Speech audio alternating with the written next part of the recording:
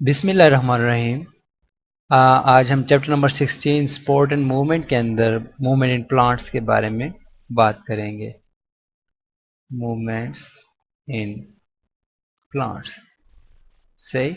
सो सबसे पहले तो मूवमेंट यानी हरकत करते क्यों है भला, वाई, क्यों हम मूव करते हैं। जाहिर बात है, लाइक कोई इंडिविजुअल है, सही, he is sitting somewhere, so he gets कि यानी कोई एक और मसलन एक बंदा है, ठीक है। सो उसे कोई कहता है, hey teacher is in classroom, और फिर कहता है what are you doing outside, what are you doing outside. यानी वो कहना चाह रहा है कि टीचर क्लास में और तुम बाहर क्या कर रहे हो, ठीक है। टीचर क्लास में है और तुम बाहर क्या कर रहे हो। सो ये जो सारा फिक्रा है, ठीक है, सेंटेंस है, it will act like stimuli, ठीक है। ये क्या कहलाएगा, स्टिमुलाई। और ये जो स्टूडेंट है के पास स्टिमुलाई आएगी, इसके रिजल्ट के अंदर ये क्या करेगा, it will run towards classroom. ये कहेगा oh shit, I am going now, ठीक है। कहेगा कि मैं अभी जा रहा हूं, और फिर ये क्लासरूम की तरफ चला जाएगा, सही। सो ये जो चीज थी ये स्टिमुलाई थी, स्टिमुलाई, ये बीच में इंडिविजुअल है, और फिर ये इसका रिस्पॉन्स है। रिस्पॉन्स में क्या कर रहा है, मूवमेंट कर रहा है, यानी ये क्लास की तरफ जाएगा। So it is a movement. So जो इंडिविजुअल होता है वो किसी ना किसी स्टिमुलाई के रिस्पॉन्स के अंदर यानी मूवमेंट करता है, सही। सो ये सिंपल सी एग्जांपल थी। बट अगर कोई प्लांट है, प्लांट्स, सो प्लांट्स तो मूव नहीं कर सकते, सही। तो वो क्या करेंगे, अब हमने इसी चैप्टर इस लेक्चर के अंदर हमने ये देखना है कि अगर स्टिमुलाई प्लांट्स के पास आती है, सो वो क्या करेंगे। जाहिर बात, they can not move, they do not move. फिर क्या कर सकते हैं, दे चेंज देयर बॉडी पैटर्न्स, ठीक है। ये अपने बॉडी पैटर्न्स को चेंज करेंगे, ठीक है। इनके बॉडी पैटर्न के अंदर चेंजेस आएंगे। सो आज हम उसी बॉडी पैटर्न में जो चेंज होगी उसके बारे में बात करेंगे। सो मूवमेंट का तो आपको अंदाजा हो गया होगा, यानी कोई ना कोई स्टिमुलाई होती है, ठीक है, जो किसी इंडिविजुअल को रिसीव होगी, उसके अगेंस्ट में इंडिविजुअल आगे रिस्पॉन्स जनरेट करता है, जिसमें मूवमेंट आ सकती है, सही। और मूवमेंट से मुराद क्या है कि अपनी लोकेशन चेंज करना या अपनी पोजीशन चेंज करना, सही। मूवमेंट स्टैंड फॉर, यहाँ पे लिख देता हूं मैं, चेंज इन लोकेशन और पोजीशन, ठीक है। कि बेशक पोजीशन चेंज करो या आप एक जगह से दूसरी जगह जाते हैं, सो दोनों लोकेशन चेंज करो। सो जो चेंज इन लोकेशन है ना, it can be possible for the case of plants, यानी प्लांट्स जो है वो अपनी लोकेशन में चेंज नहीं कर सकते, तो वो फिर अपनी पोजीशन में चेंज करेंगे, ठीक है। वो अपनी पोजीशन में चेंज करेंगे। सो आज हम यानी इस लेक्चर के अंदर हम इसी के डिटेल के बारे में पढ़ेंगे। सो सबसे पहले हम मूवमेंट इन प्लांट्स में बात करते हैं types of movement, types of movements, के मूवमेंट्स की टाइप्स कितनी हैं। सो प्लांट्स के अंदर बेसिकली टू टाइप्स हैं। एक ऑटोनॉमिक होता है, वन इज ऑटोनॉमिक, जिसके बारे में हम आज बात करेंगे, ऑटोनॉमिक मूवमेंट,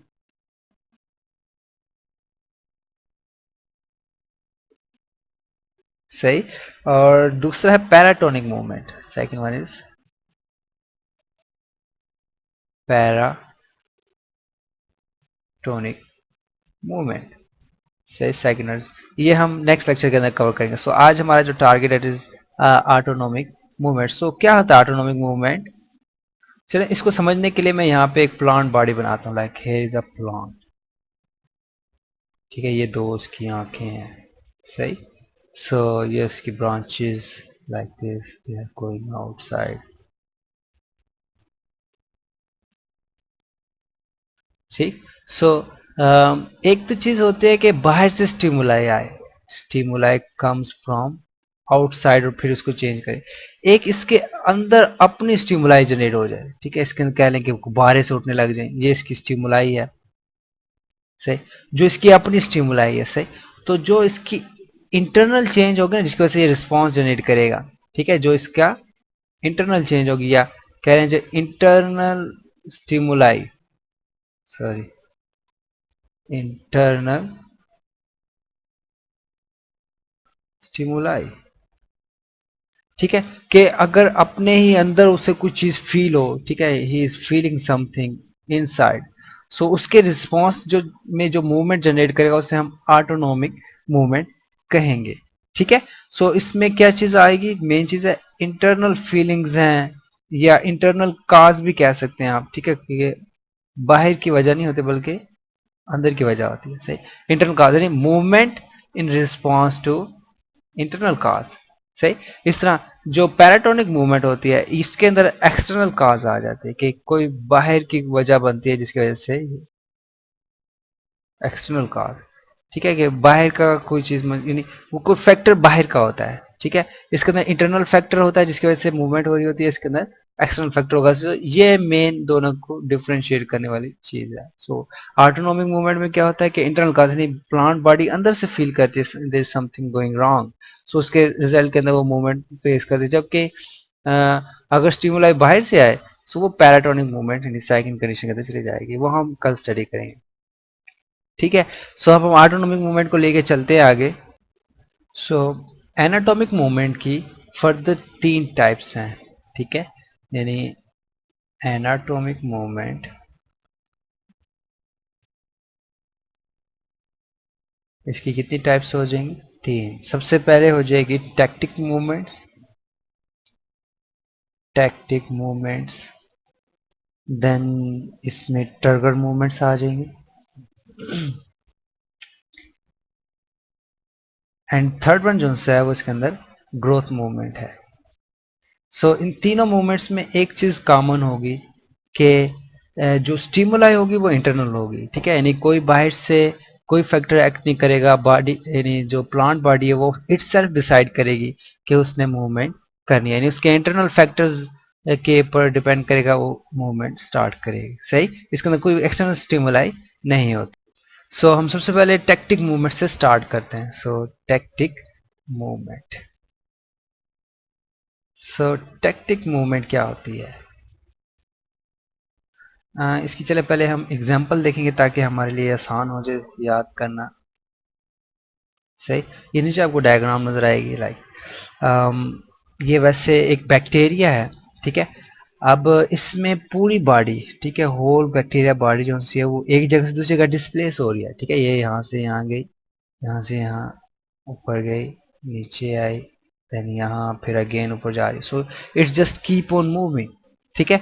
एक ये केस है कि जब वो सिर्फ मूव कर रहा है। एक केस में क्या है कि कोई ना कोई अट्रैक्टेंट मौजूद है, ठीक है, there is someone attracting, like मैं कहूंगा जी यहाँ पे शुगर, चीनी है, सही। और शुगर के पीछे ये अब बैक्टीरिया जो है यहाँ पे जाएगा, फिर से फील होगा कुछ चीज, वापस आएगा, फिर आगे जाएगा, फिर सो टुवर्ड्स एक्ट्रैक्टेंट जा रहा है, सही। So tactic movement is all about this, यानी कि पूरा जो सा इंडिविजुअल है वो एक लोकेशन से दूसरी लोकेशन में जाएगा किसी न किसी कह लेंगे इंटरनल इन्फ्लुएंस की वजह से। यहाँ पे अट्रैक्टेंट वैसे एक्सटर्नल है, ठीक है, इट इज एक्सटर्नल, लेकिन आप कह लें कि इसमें जो है वो इंटरनल फैक्टर्स इन्वॉल्व होते हैं, अट्रैक्टेंट कोई ना कोई इंटरनली प्रेजेंट होता है। चलें इंटरनल की एग्जांपल देने के लिए ना मैं आपको मसलन इसे शुगर नहीं करते बल्कि हम इसे कहते हैं कि दिस वन इज स्पर्म, ठीक है। और इसका जो कह लेंगे स्पर्म ऑफ लिवर वॉर्ट्स, ठीक है, आपने मे बी मोसिस पढ़े हों, ठीक है, कि एंशियंट टाइम के यानी पुराने किस्म के पौधे होते हैं छोटे छोटे, सही। और ये सेक्सुअल रिप्रोडक्शन के अंदर स्पर्म्स इस्तेमाल करते हैं, ठीक है। तो स्पर्म्स होते हैं और ये आर्ची गुने की तरफ ट्रेवल करते हैं। सो अब ये जो है ना पूरा एक ही प्लांट बॉडी का पार्ट हो गया, यानी सिंगल प्लांट है, सो वन प्लांट बॉडी। सो स्पर्म जो है वो कह लें कि टूवर्ड्स आर्चिगोनिया की तरफ ट्रेवल करेंगे, सही। और इसमें कह लें कि केमिकल्स का रोल होता है कि आर्चिगोनिया के पास ऐसे केमिकल्स होते हैं जिसकी तरफ ये अट्रैक्ट होते हैं, ठीक है। तो यहाँ पे अट्रैक्टेड आर्चिगोनिया के क्या होंगे, केमिकल्स, और इस वजह से जो हमें मूवमेंट मिलेगी वो कीमोटैक्सिस होगी। इस तरह बाज का फोटोटैक्सिस भी होती है, ठीक है, फोटोटैक्टिक मूवमेंट और कीमोटैक्टिक मूवमेंट। फोटो में लाइट आ जाती है, कीमो में केमिकल्स आ जाते हैं। सही, तो यानी अगर हम टैक्टिक मूवमेंट्स की मजीद टाइप्स करें, टैक्टिक मूवमेंट समझ आ गया कि क्या होती है, कि movement of whole individual towards और अवे फ्रॉम द स्टिमुलाई। ठीक है, कि वो स्टिमुलाई की तरफ या स्टिमुलाई से दूर की तरफ जाएगी। सही, तो टैक्टिक मूवमेंट दो एग्जांपल कर देते हैं। एक कीमोटैक्टिक हो जाएगी, कीमोटैक्टिक अभी हमने एग्जांपल दी, मसल स्पर्म्स ऑफ लिवर वर्स जो कि आर्चिगोनिया की तरफ ट्रेवल करते हैं। ठीक है, यानी इन रिस्पॉन्स विद केमिकल्स। यहाँ पे जो काज होगा वो क्या होगा, केमिकल काज। ठीक है, कोई ना कोई केमिकल्स हो जाएंगे जिसके रिस्पॉन्स के ऊपर जो इंडिविजुअल है या ऑर्गेनिज्म है वो ट्रेवल करेगा। सही। इसके बाद जो सेकंड इसकी पार्ट हो जाएगा, ये सेकंड टाइप हो जाएगी, दैट इज फोटोटैक्टिक।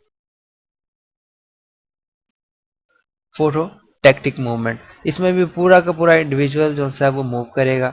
ठीक है, इसकी ज़्यादातर एग्जांपल जो से हैं यूग्लिना वगैरह, जिसके अंदर कह लें कि छोटे छोटे ऑर्गेनिजम्स होते हैं, प्रोटिस्टा के अंदर वैसे इंक्लूड होते हैं, लेकिन यहाँ पे हम उसे प्लांट्स के अंदर स्टडी कर रहे हैं।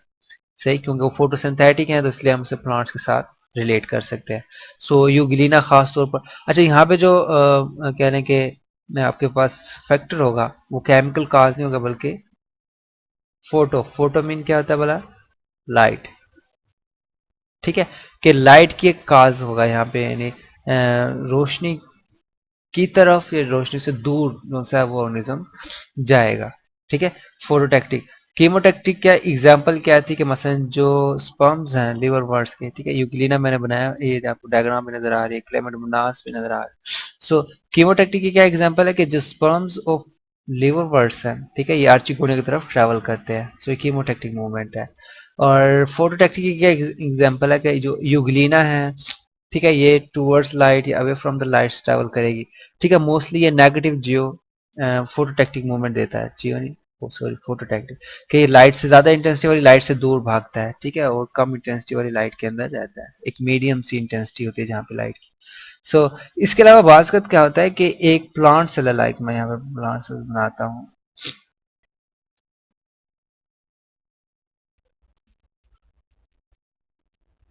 ठीक है, ये एक प्लांट सेल है। प्लांट सेल के अंदर जो कह लेंगे ग्रीन पार्ट होता है, जिसे हम क्या कहते हैं बोला, क्लोरोप्लास्ट। This is chloroplast. इसके अलावा लार्ज सेंट्रल वैक्यूल होता है, ये आपने सारा स्ट्रक्चर आपने पढ़ा होगा। ठीक है, साइड पे न्यूक्लियस होता है इस तरह। सो ये जो कह लें कि अगर हम कहें ना कि सनलाइट इस तरह आ रही है, इस रीजन में आ रही है, ठीक है, कि सनलाइट सिर्फ इस रीजन में, वो कैसा पे शेड है, तो खुद ब खुद जो ये क्लोरोप्लास्ट होते हैं, ठीक है, क्लोरोप्लास्ट जो कि फोटोसिंथेटिक ऑर्गेनेली है प्लांट सेल की। ठीक है, क्लोरोप्लास्ट खुद ब खुद ट्रैवल करते हैं इस रीजन की तरफ। दे विल स्टार्ट ट्रैवलिंग, इनकी जो मूवमेंट है विद इन सेल, ठीक है, सेल के अंदर ये मूव करेंगे टूवर्ड्स जिधर लाइट होगी। सही, क्यों, क्योंकि वहां पे कह लें कि ज्यादा लाइट है, तो वहां पे जाके अच्छी फोटोसिंथेसिस हो सकेगी। सो ये एक फोटोटैक्टिक मूवमेंट हो जाएगी। ठीक है, उसकी एग्जांपल में आ सकती है। और हाँ, इस जो सी मूवमेंट है ना, जिसके अंदर क्लोरोप्लास्ट कह लेंगे या साइटोप्लाज्मिक जो ऑर्गेनेल्स से अपनी पोजीशन चेंज करते हैं, इसे साइक्लोसिस कहा जाता है। ठीक है, ये चीज भी ध्यान में रखिएगा, साइक्लोसिस। सो साइक्लोसिस से क्या होगा, क्लोरोप्लास्ट को हेल्प होगी कि वो ज्यादा अच्छी फोटोसिंथेसिस कर सकेगा, कार्बन डाइऑक्साइड इजीली अचीव होगा। ठीक है, फोटोसिंथेसिस में जो रिक्वायर्ड होती है कार्बन डाइऑक्साइड प्लस वाटर उसे इजीली मिलेगा, जो जो यानी वो मूव करेगा साइटोप्लाज्म के अंदर। सो इस तरह अब ये इंटरनल मूवमेंट है सेल के, लेकिन ये इसे हेल्प कर रहा है इसके फोटोसिंथेसिस के अंदर। ठीक है, सो ये भी एक एग्जांपल हो जाएगी टैक्टिक मूवमेंट, यानी इसमें पूरा क्लोरोप्लास्ट मूव हो रहा है, तो पूरी ऑर्गेनेली या पूरा इंडिविजुअल जो है वो एक जगह से दूसरी जगह ट्रेवल कर रहा है। सो ये एग्जांपल्स हो गई सारी टैक्टिक मूवमेंट्स की। सो अब हम पढ़ते हैं अगला पार्ट, जो कि हमने दूसरा पार्ट कौन सा था, टर्गर मूवमेंट्स का। ठीक है, तो हम टर्गर मूवमेंट्स के बारे में स्टडी करते हैं। So now comes second part, turgor movements. So turgor का नाम आपने पहले भी सुना होगा और पढ़ा भी होगा। ठीक है, वेरी इजी। किसे कहते हैं टर्गर? टर्गर का बैकग्राउंड दें तो वही चीज़ है, मैं मसलन वापस जो हमने ये प्लांट सेल बनाया था, ठीक है। सो प्लांट सेल के जो वैक्यूल है, ठीक है, वैक्यूल के अंदर अगर पानी एंटर होना शुरू हो जाए, सो जो वैक्यूल होगा ना, ठीक है, ये अपने साइज में बढ़ता जाएगा, like it comes like this, इसका साइज बढ़ेगा। यानी जब प्लांट के वैक्यूल के अंदर वाटर साल्ट वगैरह एंटर होंगे तो इसका साइज क्या होगा, एक्सपेंड होगा। और जब ये एक्सपेंड होगा अपने सराउंडिंग में क्या करेगा, प्रेशर एक्सर्ट करेगा, ठीक है।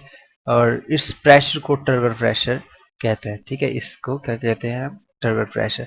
यानी प्लांट सेल्स के अंदर लार्ज वैक्यूल है जिसकी कह लेंगे, जिसके अंदर साल्ट वाटर वगैरह एंटर होगा, ठीक है, नहीं H2O एंटर होगा, ठीक है, NaCl सोडियम क्लोराइड साल्ट वगैरह एंटर होंगे। उस रिजल्ट में क्या होगा, इसका जो वैक्यूल है इसका साइज बढ़ता जाएगा, ठीक है। और जब ये बढ़ेगा तो अपने सराउंडिंग के अंदर प्रेशर एक्सर्ट करेगा और इस प्रेशर को हम टर्गर प्रेशर कहते हैं। सही है, सारा फिनोमेना टर्गर के कह रहे हैं कि स्टडीज के अंदर आता है, ठीक है। और ये टर्गर प्लांट्स के लिए बहुत इंपॉर्टेंट है क्योंकि ये सपोर्ट प्रोवाइड करता है और इसे यानी और भी सेल साइज को मेंटेन करता है। सबसे ज़्यादा इंपॉर्टेंट इस वजह से कि ये सपोर्ट प्रोवाइड करता है, यानी प्लांट बॉडी को खड़ा रखता है। सो अब हम देखेंगे टर्गर भी मूवमेंट का बायस बनता है, ठीक है। इसके लिए मैंने एक फिगर रखी हुई है, लाइक ये आपको नजर आ रही होगी, थोड़ी छोटी है, सो थोड़ा सा बड़ा कर लेते हैं, लाइक दिस। सो एक की जगह पे अब मसलन ये आपको प्लांट नजर आ रहा है, दिस वन प्लांट। सो इसके अंदर अगर आप देखें तो पत्ते खड़े हुए हैं, क्यों, क्योंकि इनके जो सेल्स हैं, ठीक है, इनके जो सेल्स हैं उनको टर्जिड कंडीशन में रखा गया है, यानी इसके अंदर जो सा वैक्यूल फिल हुआ हुआ है जिसकी वजह से इसके पत्ते खड़े हैं। जबकि दूसरी तरफ अगर आप देखें सो इसके पत्ते मुरझाए मुरझाए हैं, बैठे हुए हैं, क्यों, क्योंकि इसका जो वैक्यूल था प्लांट सेल का उसके अंदर पानी नहीं है, ठीक है, नहीं कह लें कि फ्लेक्सिड कंडीशन में सिकुड़ा हुआ जिसकी वजह से पूरा प्लांट बॉडी कह लें कि मुरझाई हुई है, ठीक। सो अगर हम यही अकड़ाव कह लें कि ये मसला आपको स्टेम नजर आ रही है, ठीक है। सो अगर हम यहाँ पे अगर डालेंगे, ठीक है, तो ये इसको इस तरह ऊपर की तरफ खड़ा करेगा। अगर यहाँ पे टर्गर ज्यादा होगा तो इसे नीचे की तरफ लेके आएगा, सही। सो यानी टर्गर कह लें कि जो स्टेम की लोकेशंस हैं, स्टेम की जो लोकेशन सॉरी पोजीशंस हैं, ठीक है, पोजीशंस में बहुत मैटर करता है, सही। मसलन एग्जांपल देता हूँ कि ये स्टेम है, स्टेम के नीचे भी सेल्स हैं, ठीक है, और ऊपर भी सेल्स हैं, सही। और अगर हम क्या करते हैं कि इसके अंदर वैक्यूल्स बड़े बड़े हैं,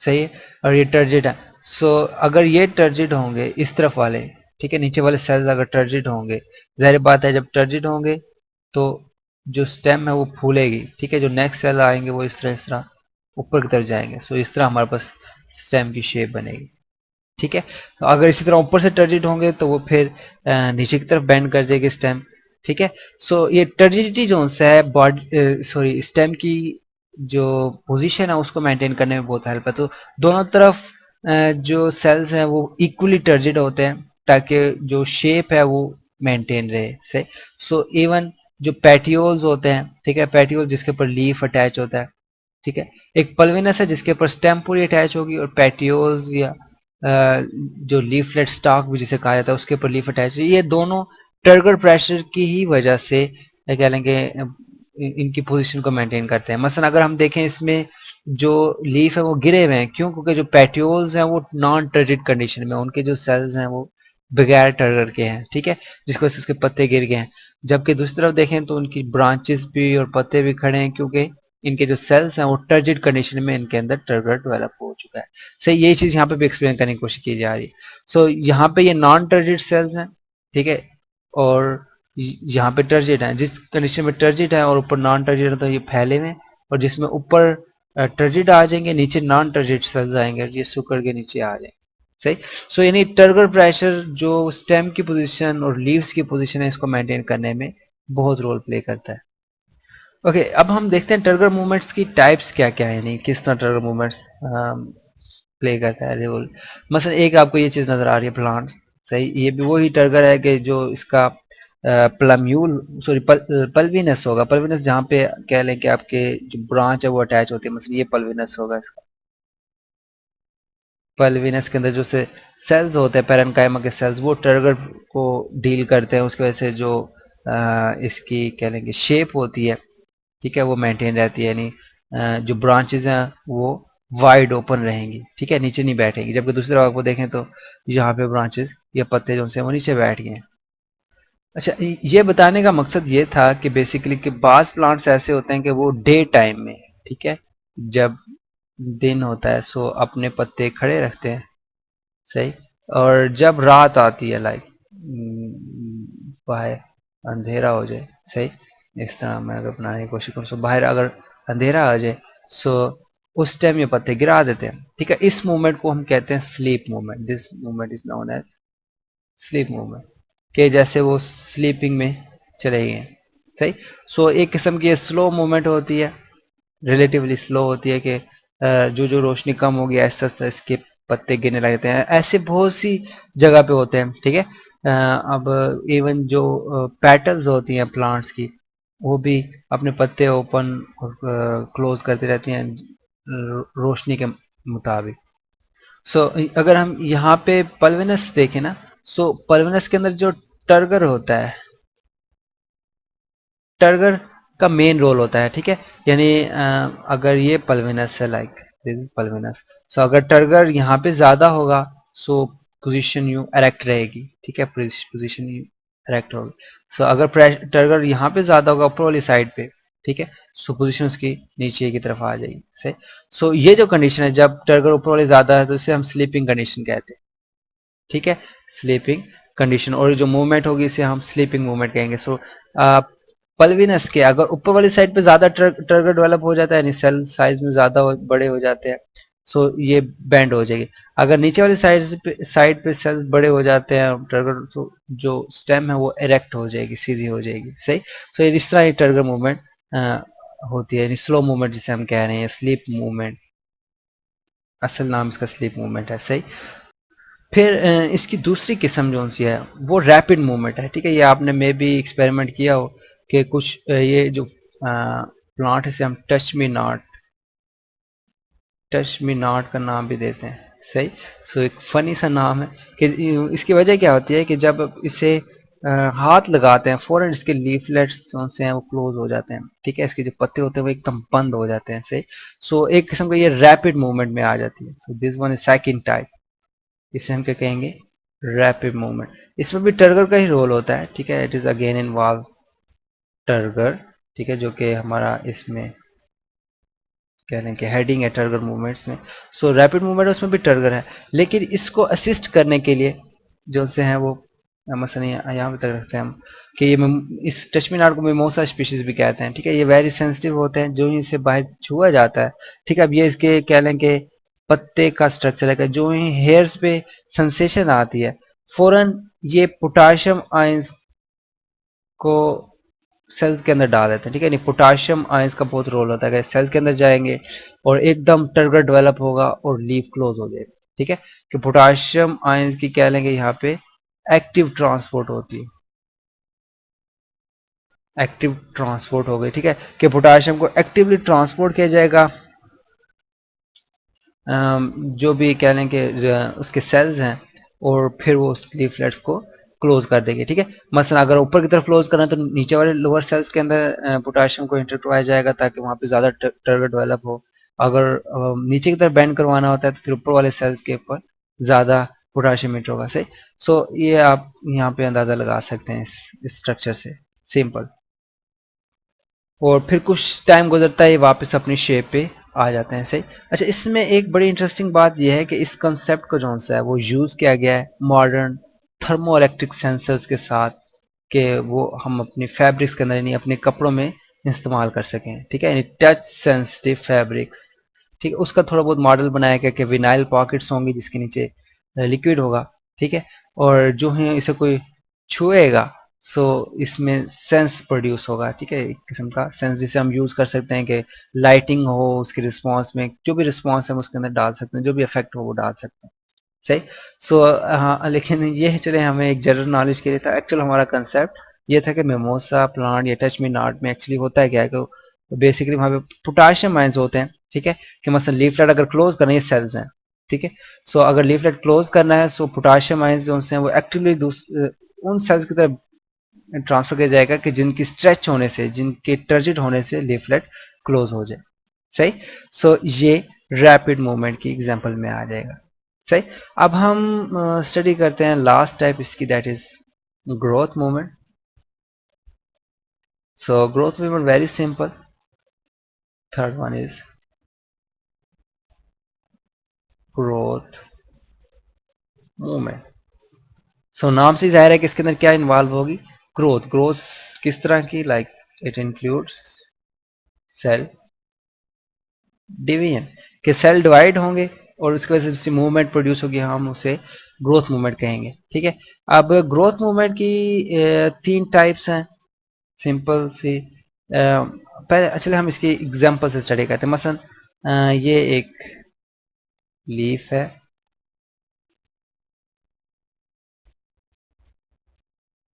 ठीक है जी। So it is a leaf. So हम इसे स्टडी करते हैं यानी इसकी कट करके, ठीक है। यानी ये ऊपर वाली तह है, नीचे वाली तह है। सही। सो अगर हम देखते हैं कि इस वाली साइड पे सेल ज्यादा आ रहे हैं, ठीक है, कि ऊपर वाली साइड ज्यादा सेल ग्रोथ करने से ये खुद ब खुद इस तरह बेंड होने लग जाएगी। ठीक है। यानी कह लें कि जो जिस साइड पे ज्यादा ग्रोथ होगी ना, वो साइड जो सी है वो उस दूसरी तरफ बेंड हो जाएगी। ठीक है। ये यानी इट इज कह लें ग्रोथ मोर ऑन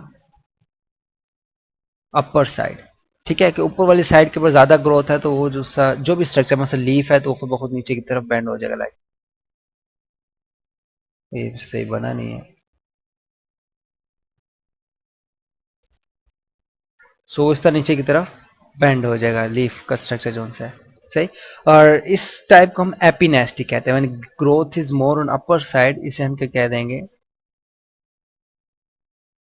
एपिनेस्ट। ठीक। इसी तरह अगर ग्रोथ जो सी है वो नीचे वाली साइड पे ज्यादा हो जाए,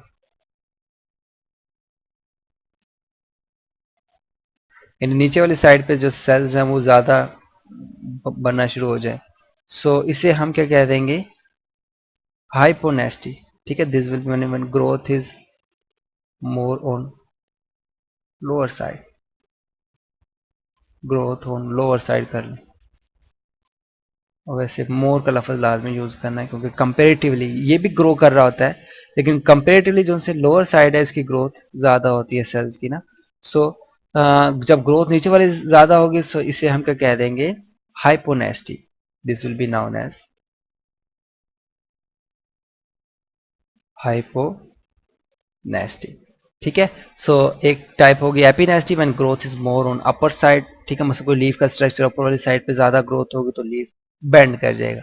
दूसरा टाइप हो जाएगी हाइपोनेस्टी, कि जब नीचे वाली साइड पे ज्यादा ग्रोथ होगी और जो लीफ है वो ऊपर की तरफ बेंड कर जाएगा। इसकी बेंडिंग अपवर्ड है, इसकी बेंडिंग डाउनवर्ड है। जो थर्ड है वो इन दोनों का मिक्सचर है। सही। कि लाइक समटाइम्स ग्रोथ ऊपर की तरफ बेंड करती है, फिर नीचे की तरफ, फिर ऊपर, इस तरह ऊपर जाएगी फिर नीचे। सही। सो जो अब ग्रोथ का पैटर्न है वो डिफरेंट है, यानी चेंज होता रहता है टाइम के साथ साथ। ठीक है। मसलन यहाँ पे इसकी ग्रोथ ज़्यादा है, फिर यहाँ पे इसकी ग्रोथ कम हो गई है, फिर इसकी आगे जाके ग्रोथ ज़्यादा हो जाएगी। ठीक है, सेल ज़्यादा डिवाइड होंगे, फिर कम हो जाएगी। ठीक। और इसके मुकाबले में नीचे अगर देखें तो यहाँ पे ग्रोथ कम होगी इसकी और यहाँ पे ज़्यादा। ठीक है। ये डब्बे में असल में सेल्स बना रहा हूँ। ठीक है, ये चीज़ें में रंगनी है मत, आप कहीं पता नहीं क्या बना रहे हैं। सो बेसिकली ये सेल्स हैं जो ग्रो कर रहे हैं। ठीक है। अब मसलन यहाँ पे ग्रोथ ज़्यादा है ना, ठीक है, ग्रोथ इज मोर, सो यहाँ पे बेंड कर रहा है नीचे की तरफ। यहाँ पे ग्रोथ लेस है, ठीक है, यानी यहाँ पे कुछ सेल्स हैं, यहाँ पे ज़्यादा सेल्स हैं, यहाँ पे कम सेल्स हैं, सो यहाँ पे ग्रोथ कम है। सो इसकी वजह से जो सा स्ट्रक्चर दोबारा ऊपर बन रहा है। तो जो बेलें होती हैं घरों में, जो बेलें लगी होती हैं आपने देखा होगा, ठीक, कि वो इस तरह फैलती हुई और कभी कभी इस तरह स्पाइरल शेप में भी होती हैं। ठीक है, इस तरह आपने घरों में देखा होगा, मैं बना देता हूँ थोड़े। सो जो बेलों का स्ट्रक्चर होता है वो इसी तरह मूव करते हैं, इनका जो पैटर्न होता है वो हर थोड़े देर बाद कह लें कि थोड़े अरसे बाद चेंज होता रहता है, ठीक है। इस पैटर्न को हम न्यूटेशन कहते हैं। ये थर्ड पार्ट होगा, इसे हम क्या कहेंगे, न्यूटेशन। सही, कि जब ग्रोथ है वो रैंडम हो, किसी खास पैटर्न में ना हो, सो उसे हम न्यूटेशन कहेंगे। और ये मोस्टली किस में होता है, ये बेलों में, ठीक है। घरों में जो बेलें लगी होती हैं उसके अंदर होता है मोस्टली। इस तरह के जो ग्रोथ होती है इट इज रैंडमली, इस तरह ये फैले हुए होते हैं काफी ज्यादा, ठीक है। अब मैं सारी नहीं बना सकता, इसमें टाइम लग जाएगा, ठीक है।